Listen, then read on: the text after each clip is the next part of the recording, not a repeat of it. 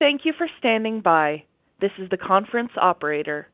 Welcome to the 2022 fourth quarter and annual financial results conference call. As a reminder, all participants are in listen-only mode, and the conference is being recorded.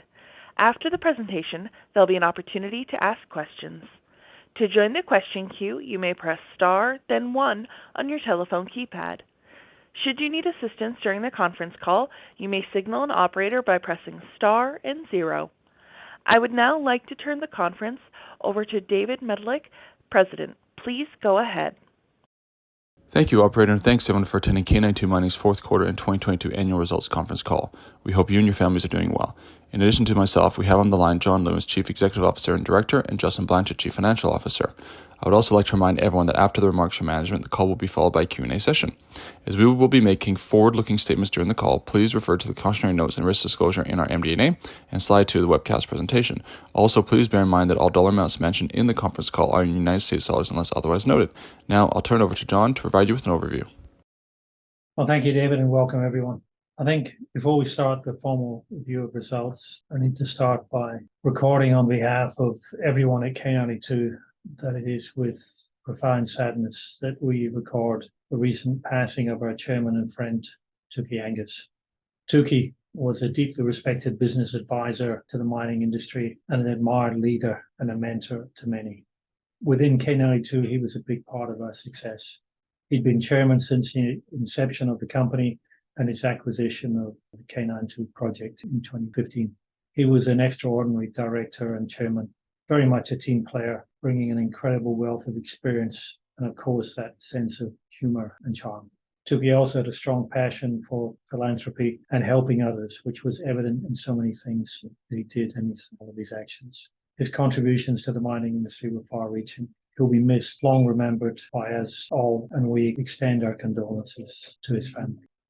So moving on, during the fourth quarter, K92 took yet again another step forward, achieving multiple records, including record ore tons processed, record tons mined, record ore tons mined, record development advance, and our second highest quarterly production ever, and strong all-in sustaining and cash costs. For 2022, the company met its production guidance and beat its cost guidance for both cash cost and all-in sustaining cost.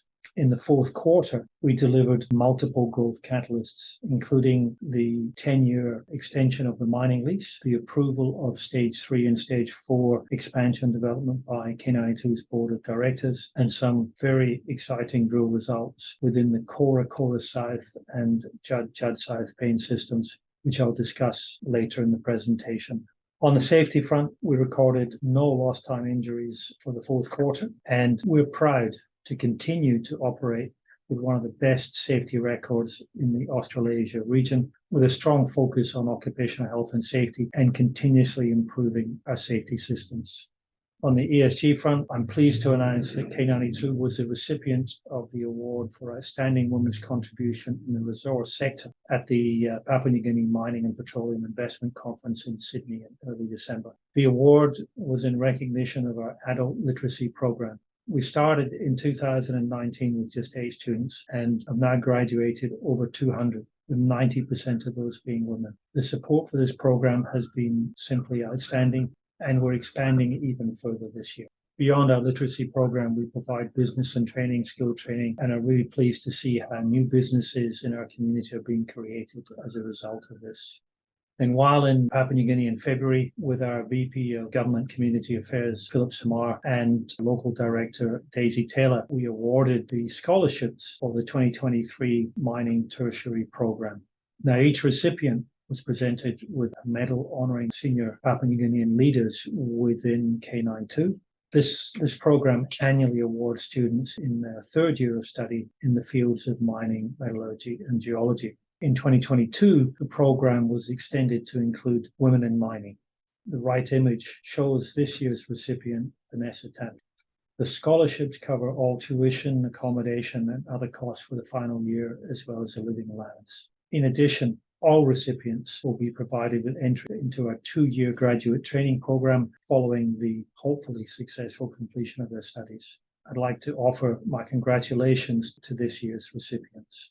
The image on the left is from our meeting with government officials while we're in Goroka, which included the governor of the Eastern Highlands province, as well as a new local member. And while there, K92 pledged 50,000 kina to support funding efforts to rebuild a part of the student accommodation at the Goroka campus, which was damaged as a result of the earthquake in September 2022. That earthquake damage has been disruptive for many students who were previously based on the campus and now have to travel daily to university for studies. So this was something that we felt was really important that we should contribute towards. Also on the AISC front, I'm pleased to report the construction of the dedicated 22 kV power line to site has been completed. That power line is expected to significantly increase the reliability of clean hydroelectric power distribution to site, reducing utilization of the backup diesel gensets, which apart from reducing our operating costs is important in reducing our greenhouse gas emissions. And at K92, we continue to look for opportunities to make a difference and mitigate climate change. Moving on to our operational performance during the quarter, we produced 35,538 ounces gold equivalent with 121,686 tons processed at a head grade of 9.98 gram per ton gold equivalent. This compares with Q4 2021, a 22% increase in ore processed. For the year, production was 122,806 ounces gold equivalent, meeting our production guidance range of 115 to 140,000 ounces gold equivalent for 2022. Cash costs at $538 per ounce were better than the guidance range of $560 to $640, and all-in sustaining costs at $864 an ounce were also better than our guidance range of $890 to $970 an ounce. In terms of our key operational physicals, K92 delivered record ore processed, record ore mined, and record development meters. As noted in previous conference calls, increasing our development rates continued to remain a focus for the quarter, and so that we could catch up on our development that has been impacted by COVID-19. I'm pleased with the development advance rates that we achieved in the last quarter and that we now continue to see in 2023 year to date. In terms of our outlook for 2023 and performance year to date, I think it's important to highlight that the operation has experienced unexpected operational challenges at the process plant and also at the mine.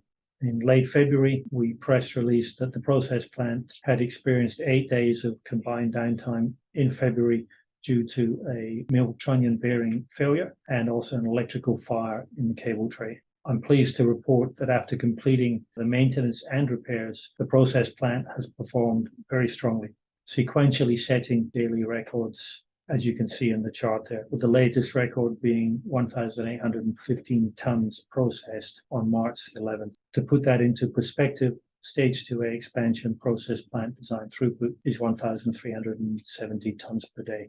Also important to note, the process plant has not yet had the benefit of the Stage 2A flotation expansion, the additional 2 rougher cells that we put in that basically double our rougher capacity, and that's planned to commission in the second quarter.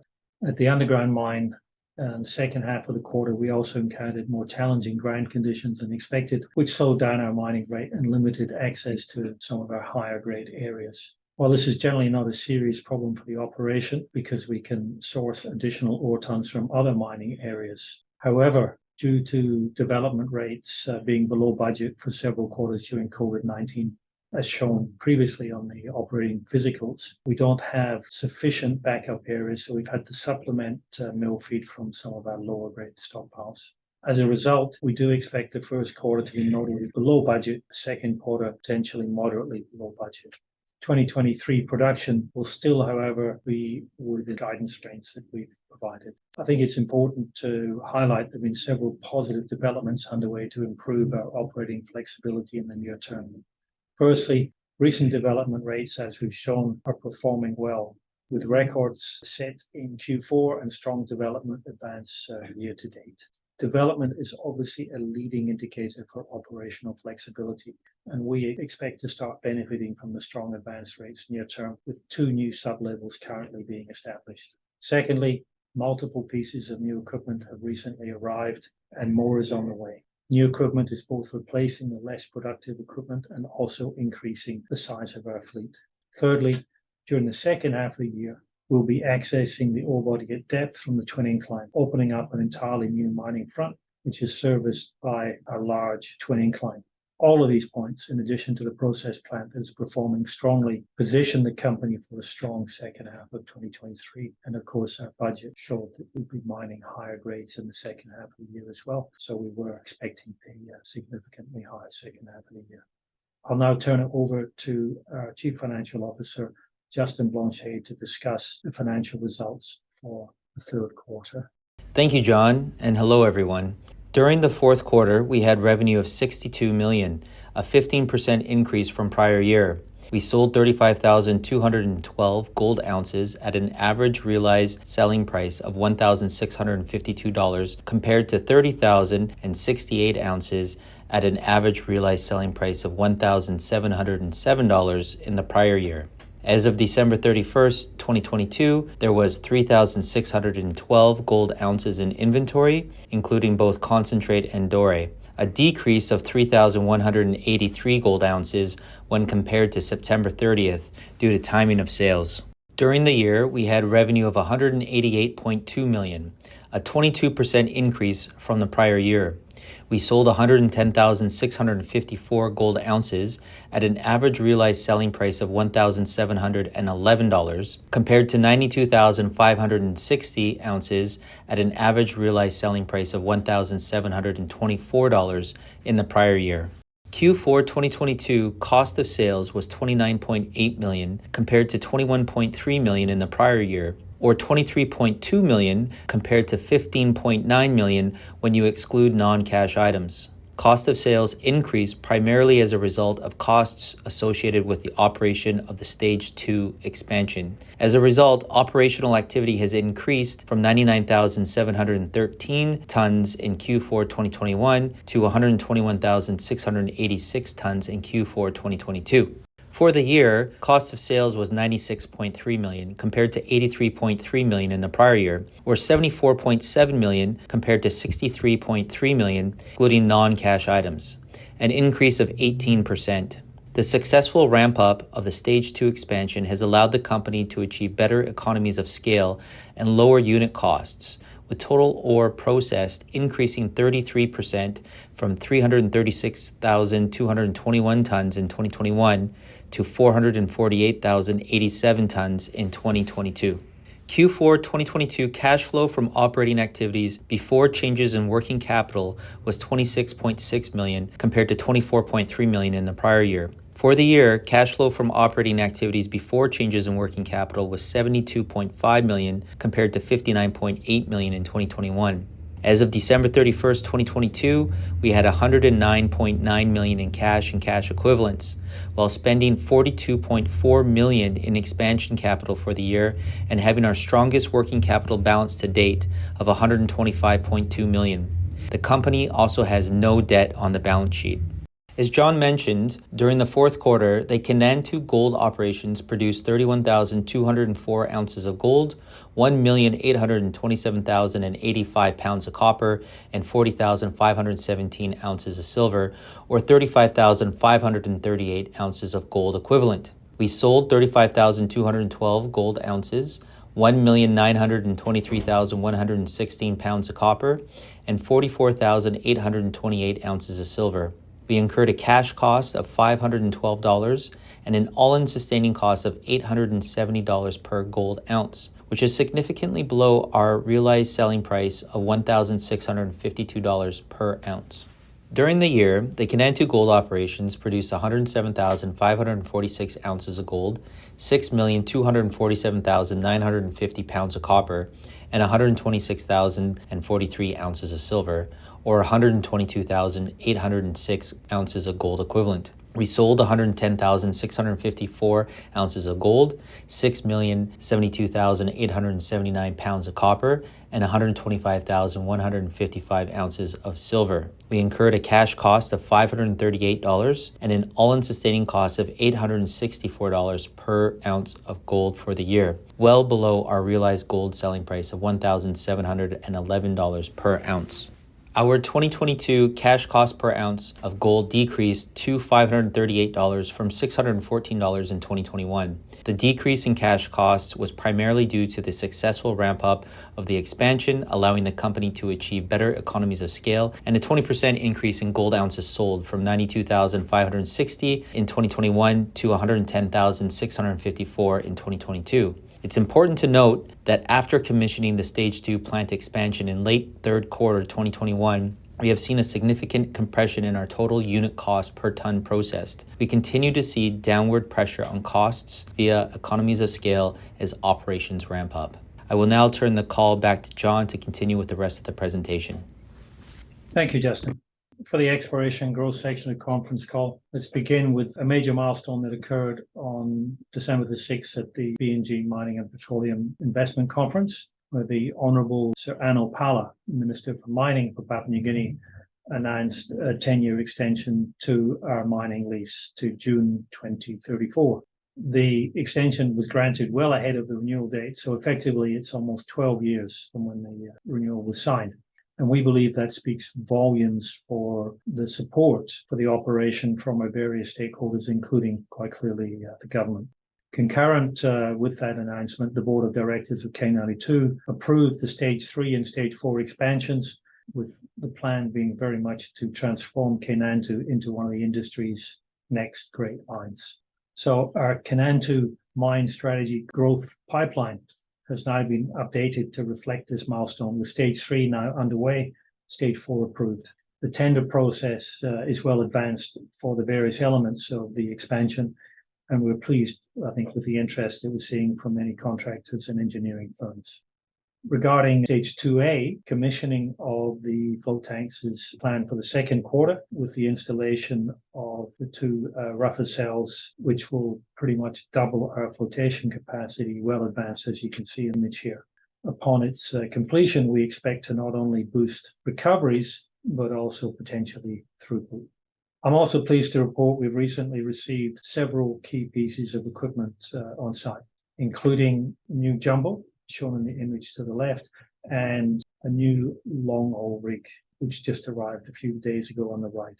Other pieces of equipment that have arrived this year include a new loader, two integrated tool carriers, cement agitator, and another non-net charging machine.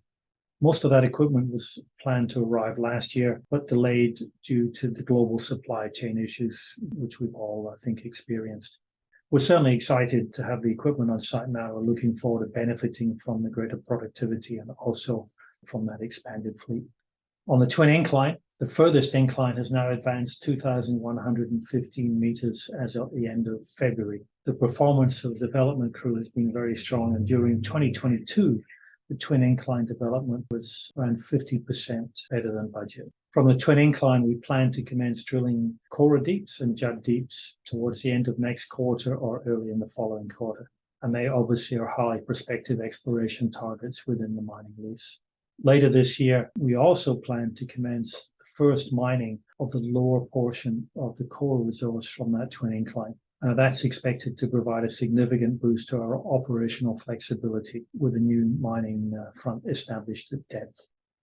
In terms of the vein field exploration, drilling is underway at Kora, Kora South, Judd, Judd South, and also Northern Deeps. Looking at the long section of Kora, Kora South, to date we've defined something like 2.65 kilometers of strike, with exploration from surface focusing on Kora South and underground exploration targeting Kora South, Kora, Northern Deeps. As noted earlier, towards the end of the second quarter or third quarter, Kora Deeps drilling planned to commence from the twin incline. Now, Judd South, as shown in the long section here, to date, we've defined approximately 1.7 kilometers of strike length. Like Kora South, Judd South is open in multiple directions, and we've intersected mineralization on almost every hole that we've drilled to date. Surface and underground drilling currently is targeting both Judd and Judd South. Judd Deeps drilling is planned to commence in the third quarter from the twin incline. February 21st, we announced 89 drill holes from the Kora South and Judd South drilling. The results recorded 5 dilatant zone intersections, including 2 at K1, with KUDD 0035 recording a bit over 50 meters at 5.25 grams per ton gold equivalent, and KUDD 0038 recording 14 meters at around 5.5 gram per ton gold equivalent.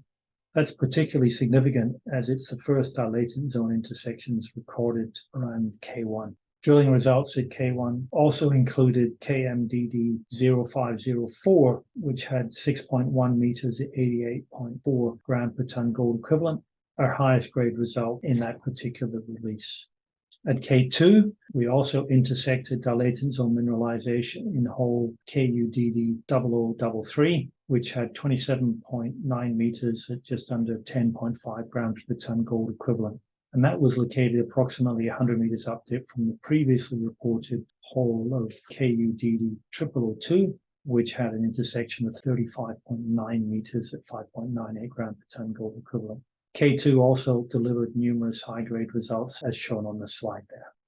At Judd, the results recorded two dilatant zone intersections, KUDD 0032, which had 30.3 meters at 6.13 gram per ton gold equivalent, and KUDD 0038, which had 28.7 meters at 4.53 gram per ton gold equivalent. The hit rate at surface at Judd and Judd South has been very strong, with 54% of holes exceeding 5 grams per ton. One of the highlights from Judd was KODD 0026, which recorded 5.4 meters at 56.79 grams per ton gold equivalent, and that was located up dip from the existing Judd resource. So we see the potential for considerable growth in the Judd resource in that undrilled area towards the surface. So we're obviously very encouraged with the latest results intersecting the dilatant zone at an increasing hit rate. These zones represent potential endowment multipliers with significantly greater ton per vertical meter and obviously ounce per vertical meter. Based on our emerging understanding of these systems, we believe that they have the potential for considerable vertical depth extents and limited strike lengths, and strike 100, maybe 200 meters. An increasing focus of our exploration program is to target these zones and increase our understanding of their potential. Now, on the porphyry exploration, after announcing the maiden Blue Lake inferred resource of 10.8 million ounces gold equivalent, or 4.7 billion pounds copper equivalent, which is the fifth largest known porphyry in Papua New Guinea, our exploration is now focused on A1. A1 is our number one porphyry target based on the airborne geophysics, MT geophysics that we flew in late 2021, our surface mapping, and the soil geochem sampling that we've undertaken. As shown in the image, A1 is interpreted as being part of a large lithocat complex that hosts the Blue Lake porphyry as well as the Ayena target. A significant surface sampling program has been underway for several months, and that, combined with the geophysics, has provided important vectors for our initial drilling program. I'm very pleased to report that we've recently commenced drilling at A1. It's currently one drill rig operating, and we're drilling our first hole. We're looking forward to providing an update in due course. Lastly, I'd also like to highlight that concurrent with our drilling at A1, we're also continuing to advance exploration on what we call the transfer structure target, where our soil sampling program encountered a substantial high-grade anomaly proximate to the A1 target, approximate dimensions 100 meters by 715 meters. So with that, operator, we'd like to commence the Q&A session. Thank you. We will now begin the question and answer session. To join the question queue, you may press star, then 1 on your telephone keypad. You will hear a tone acknowledging your request.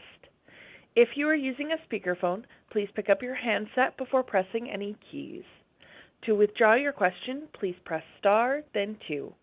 Once again, to join the question queue, please press star, then 1 now. Our first question comes from Don DeMarco of National Bank Financial. Please go ahead. Thank you, operator, for taking my call, and good morning, John and team. Congratulations on a Q4 with very strong costs.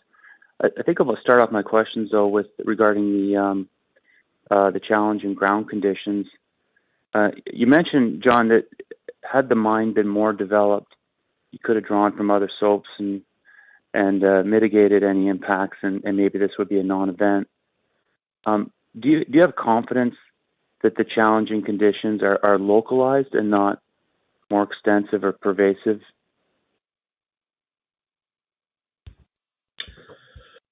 Thanks, Don. Yeah, look, I'd say that we're certainly confident that the areas that we have, which have this challenge, if you like, first of all, that we can actually mine the areas as we set ourselves up more comprehensively. Secondly, that they are limited in extent, but nevertheless they represent an area that gives us some challenges, but also gives us some opportunities. In that we've effectively got an area where in between our K1 and K2 we get they all but merge along strike. And a hanging wall area and it's a hanging wall area in that particular area. But that hanging wall also has grade, so our focus is actually about also being able to mine that area and recover not just the K1 and K2, but actually to be able to take out that material. So it has given us a short-term problem, but we don't see it as a long-term problem, and in fact it provides us with something of a longer-term opportunity in that there is material that sits there which isn't in our resource as it currently stands. Okay, so it sounds as though the impacted area is localized. It's limited to maybe where the K1 and K2 hanging wall intersects or something like that. But you're feeling pretty confident that you wouldn't see this elsewhere. I can't say we won't see it anywhere else, but whether it's there or not, I think it's something that we as I say, see as something that we will be set up to mine and actually be able to get ounces out that right now are not in the resource. Okay. And you mentioned that the Q1's going to be below budget, but Q1's also impacted by the mill unplanned downtime. Q2 moderately below budget. Does this imply you can kind of see beyond the impacts are greater in Q1 than they are in Q2, and you can see beyond or a remedy for the underground challenging conditions at this point? Oh yeah. I mean, as you say, we were also impacted in Q1 with a couple of plant issues,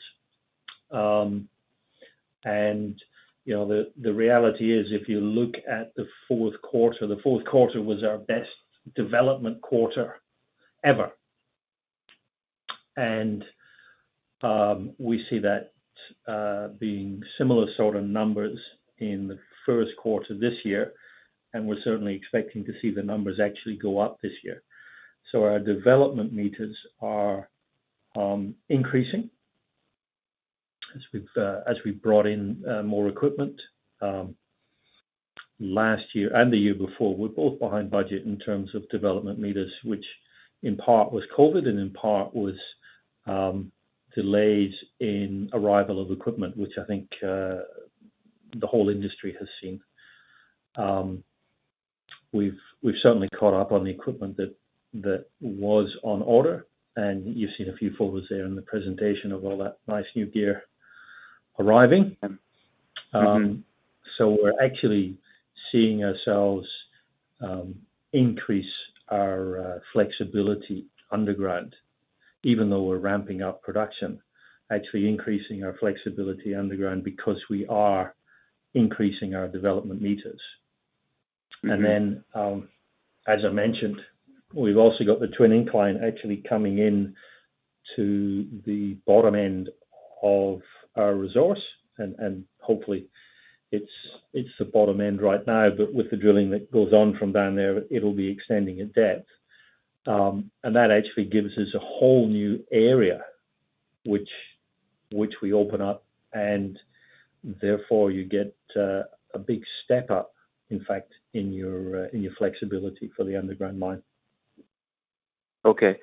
And so looking beyond a couple hiccups in Q1 then, is when we look at the production trajectory that was detailed in the PEA, given that your mining rates are increasing and so on, do you still feel that 200,000, 300,000, 500,000 ounces production within a few years you're well on track for that? Yeah, we certainly do. I mean, the actual the long lead item, if you like, for underground has always been the twin incline. The twin incline is actually ahead of schedule right now. So that gives us, as I say, improved access underground and the ability to further expand the resource beyond what's in the PEA. And in fact, we anticipate, I think, towards the end of the third quarter, we will have an update of both Cora and Judd resources. And some of that resource will be outside of the mining lease, but quite a bit of it will actually be inside the mining lease. So it actually increases the number of ounces that we've got to mine immediately as part of that feasibility study PEA. Okay. The biggest challenge is more, I would say, the lead time that we in equipment for the plant. Okay. Well, thanks a lot, John. That's all I have for my questions. Thanks, Don. Once again, if you have a question, please press star, then 1. Our next question comes from Chris Thompson of PI Financial. Please go ahead. Thanks for taking my questions, guys. Just a quick one. You mentioned, I guess, some of the challenges and the need for sourcing some low-grade sort of stockpile ore to supplement mill feed in the Q1. Could you give us a sense of what sort of head grades we can anticipate on a blended basis for the Q1?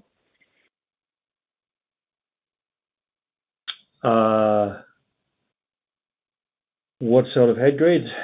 Not at this point. We haven't finished the quarter yet. Oh, we nearly have. But, we'll have the numbers out in the next week or so, Chris. Okay. All right. But, we can anticipate a substantial drop, do you think, from what you delivered in the Q4? Is it more a grade thing or a throughput?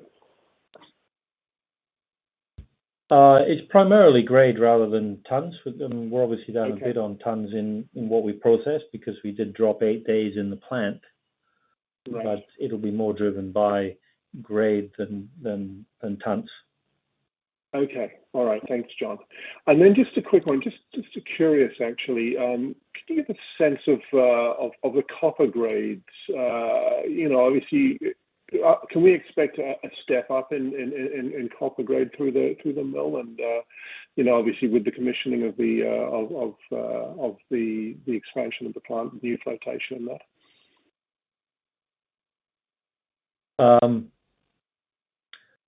So the copper we do expect to increase this year on last year. Mm-hmm. And I think last year was a slight increase from the year before. Overall, that grade will gradually pick up to around 1%, whereas I think last year it was 0.5, 0.6%. In terms of our concentrate grade, I think we've seen over the last couple of years that the concentrate grade in the copper has gone up significantly. We're now running at probably 15 to 20%. And certainly going forward, we see that overall our grades will be probably closer to the 20s and the 15s. And it's the plant, the additional capacity in the plant is not necessarily going to push up the grade, although we do expect to get a bit of an improvement in grade. it's more about being able to get being able to push more tons through, and B, we think we'll pick up a couple of percentage points improvement in our recovery of both gold and copper, simply because we've got more rougher capacity. Right now, the rougher train comprises of 2 parallel lines of 4 cells. With the addition of the new capacity, we've got 2 cells that then split into those trains. So effectively, you've got a line of 6.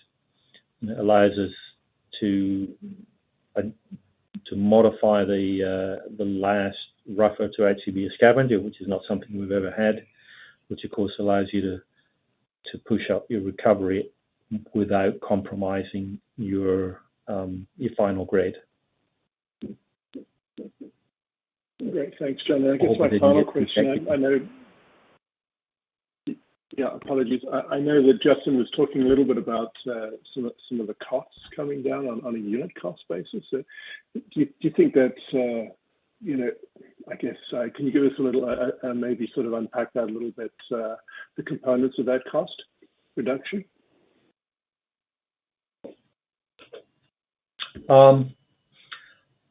So when you look at our overall costs, I mean, first off, okay, we were within our range in terms of production ounces.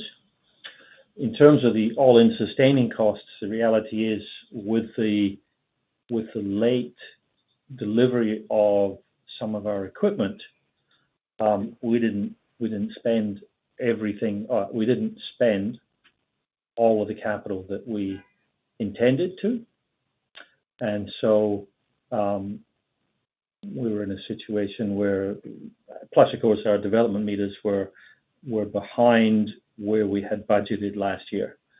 So combination of that obviously gives you less sustaining capital that was actually spent, and hence that brings down our all-in sustaining cost.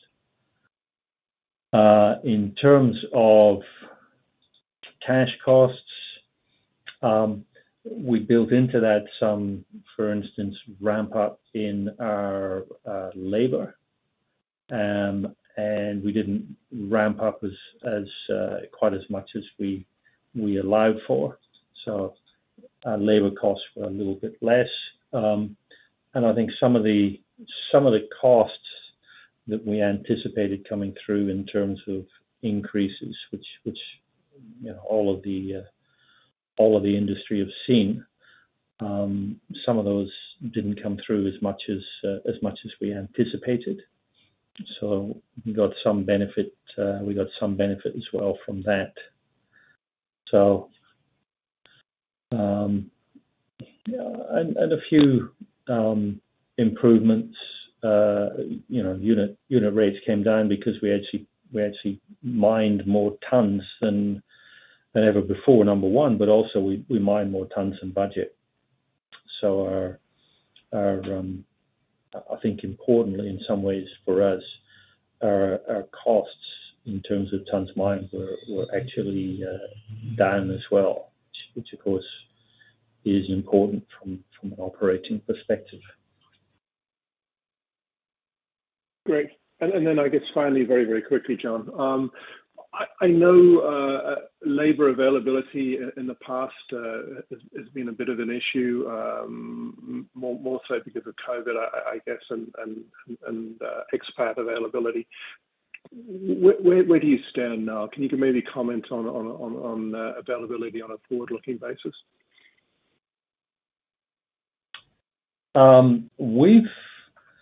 We've been fairly happy with availability of labor. In terms of expats make up around 4 to 5% of our total workforce. We haven't had any issues in recruiting of expats. I think we've only got currently maybe 1 or 2 positions out of 70 that we're busy recruiting for. And bearing in mind that's expanded numbers, so we're actually expanding the numbers that we have.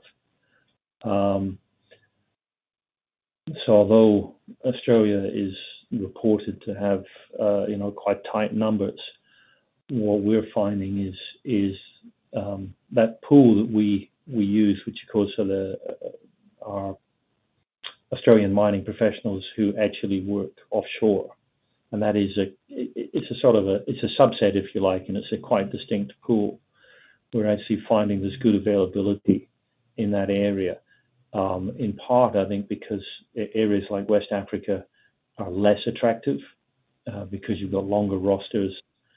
And one of the things I think that was highlighted by COVID was if you do have a medical issue in the middle of COVID, suddenly your medevac out of West Africa is complex, to say the least.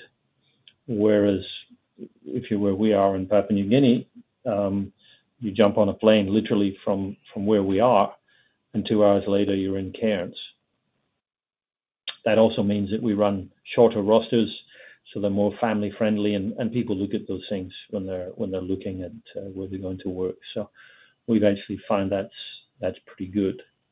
In terms of PNG nationals, certainly there has been recorded that economic activity has dropped in Papua New Guinea, and that means that professional people, and I'm including things like fitters and boilermakers and electricians and whatever else, that there is a good supply of those at present, and we're certainly doing our part in terms of stepping up our training, particularly looking at artisans, so the fitters, boilermakers, electricians.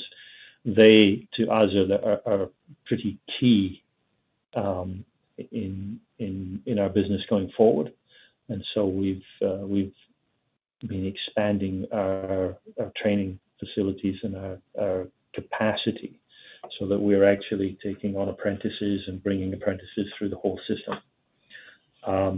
The other one that's helped us is that the Philippines has also opened up, and the Philippines, especially in things like fitters, boilermakers, the more senior guys that we would bring in as expatriate type people. There is an excellent supply of those type of people, highly qualified and competitively priced out of the Philippines, and we have daily flights from the Philippines to PNG. So we do employ a number of people out of the Philippines as well. Fantastic, John. As always, thanks for the comprehensive answers. Thank you. Thanks, Chris. Once again, if you have a question, please press star, then 1.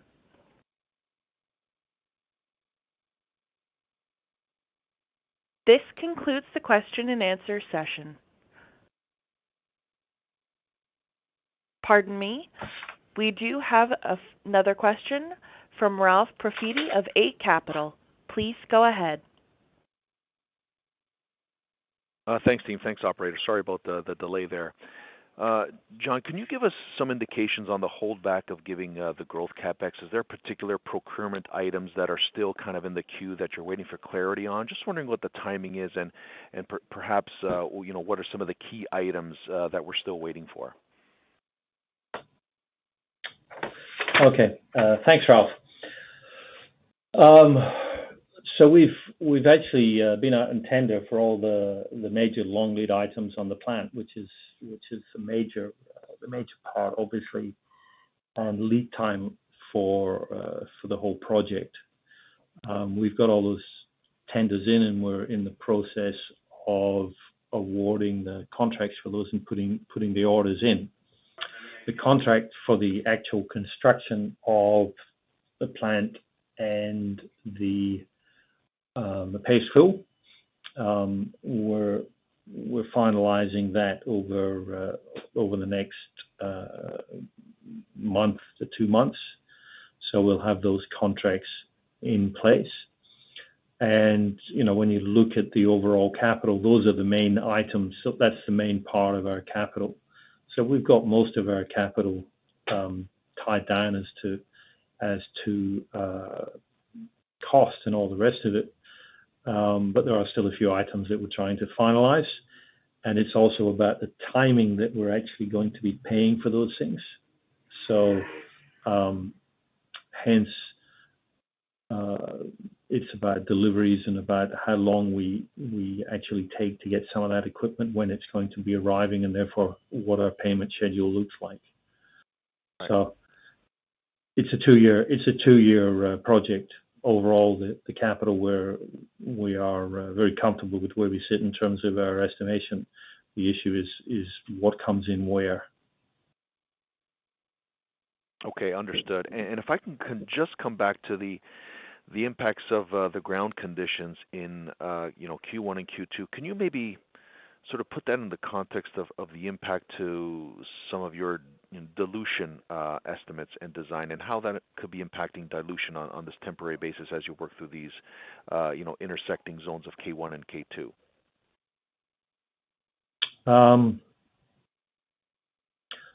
Look, I think right now we don't see it as being a significant in terms of dilution.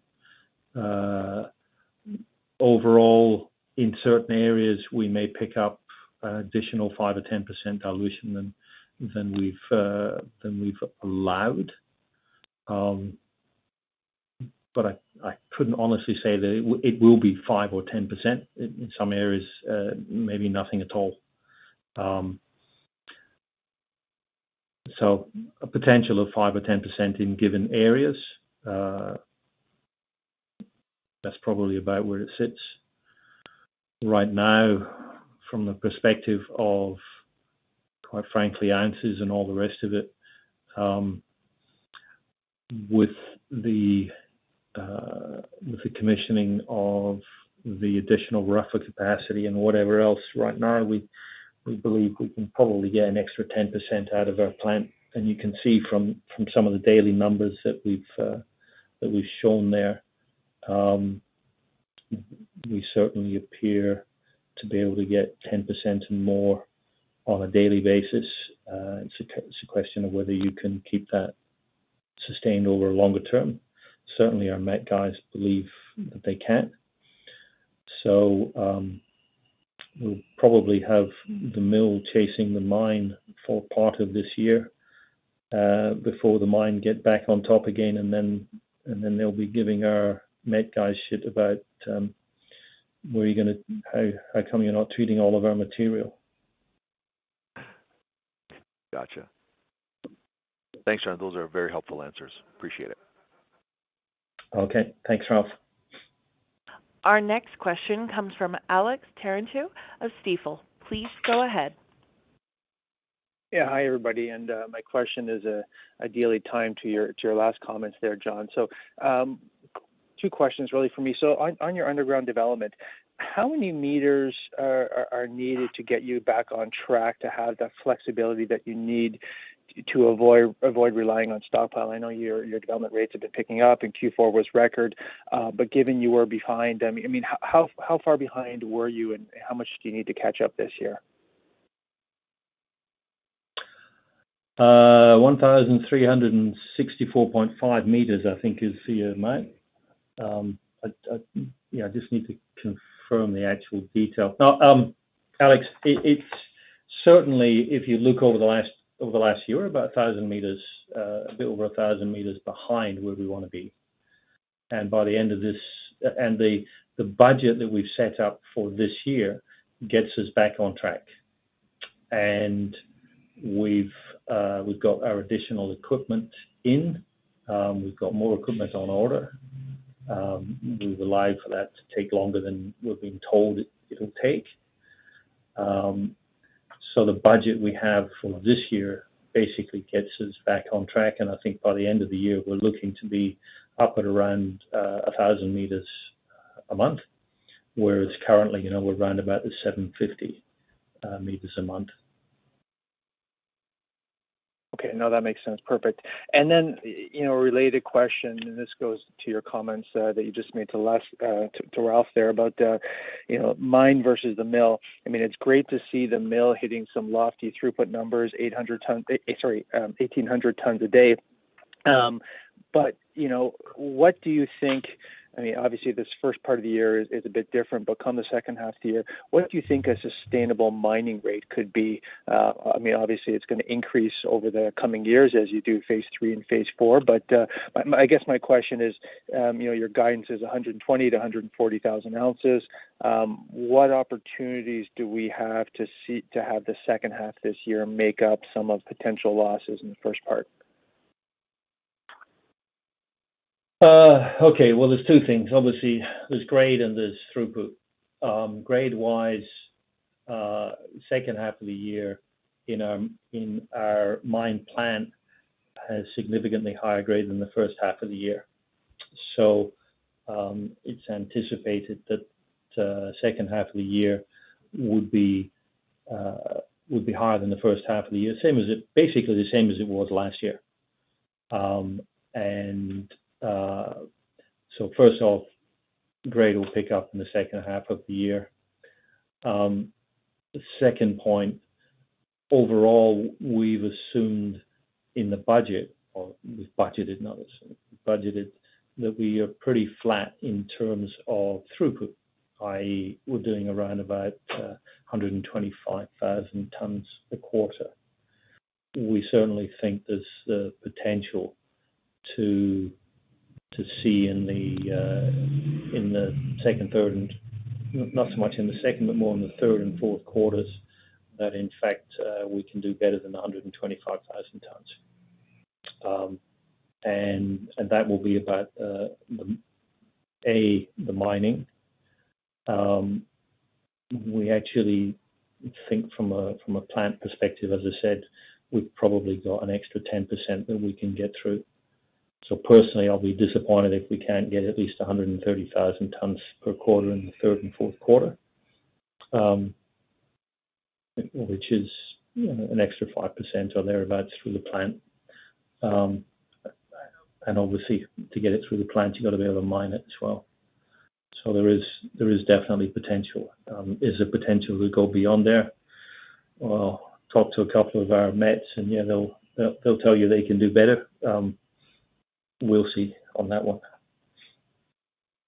Oh, okay, great, thanks. And just one last question then on exploration. It's great to see you guys have started drilling on A1.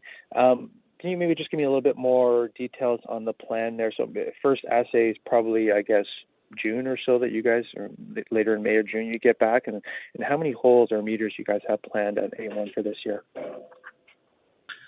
Okay, so the first program, I think we've got 12 holes, 500 meters planned, and it's a pattern drill, pretty much the same as we did at Blue Lake, where we did an initial program of up to 500 meter deep holes, and then we followed that up with a second program, which were deeper holes based on the results of the first holes, where it gave us vectors of where we should focus or target for that, targeting that potassic core.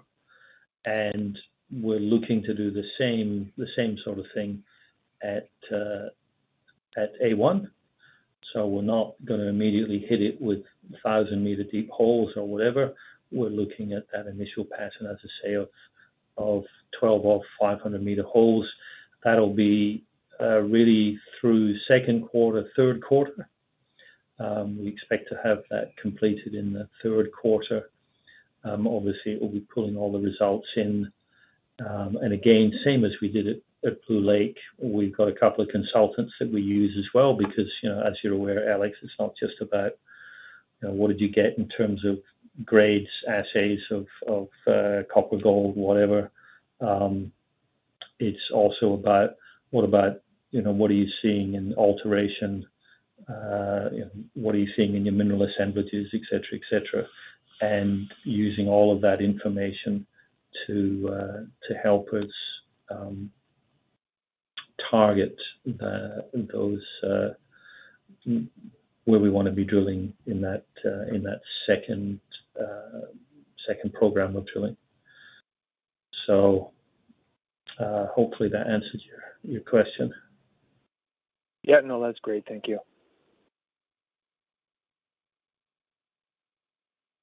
Once again, if you have a question, please press star, then 1.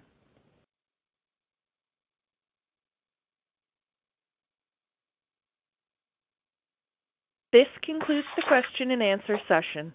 I would like to turn the conference back over to John Lewins for any closing remarks. Oh, thank you. Thank you for that, Aaron. So I think we've come off an extremely strong quarter. I mean, records in ore mined, ore processed, total tons mined, development meters. It really was quite exceptional. When you then bring in 2022 beat of cash cost and all-in sustaining cost, it really finished off the year strongly and set us up for this year and going forward. Added to that, we had the renewal of our mining license for 10 years, which when you consider that it was renewed almost 2 years ahead of schedule, we've actually set ourselves up with 12 years from when the renewal occurred, which of course immediately allowed us to move into stage 3 and stage 4 expansion, which potentially sees K92 become the tier 1 mine that we all know it has the potential to do. This year, we've obviously got now moving into that expansion mode, and importantly, we've got a massive exploration program on the go. We are the largest explorer in Papua New Guinea. I think we spend more than almost everyone else put together. We're currently running 11 rigs, and that potentially will step up. We'll be going into new areas that we have not drilled before. It's a bit like Star Trek, to boldly go where no man has gone before, or woman. But the exploration certainly, I think, is there's a lot going on there, and that's really exciting for us. I think for 2023. I think finally, I'd just like to record and recognize our gratitude for the outstanding contribution that our late chairman, Tuki Angus, made to this company. To have known and to have worked with Tuki really was a privilege. We stand as a company where we are today in no small part due to his leadership. I would say that fortunately a major part of Tuki's focus was actually establishing a talented and a cohesive board of directors, and we now have that, which will enable us to move forward, I believe, with confidence. But he will nevertheless be sorely missed. So, thank you for your attendance today, and all the best to you and your families. Thank you. This concludes today's conference call. You may disconnect your lines. Thank you for participating and have a pleasant day.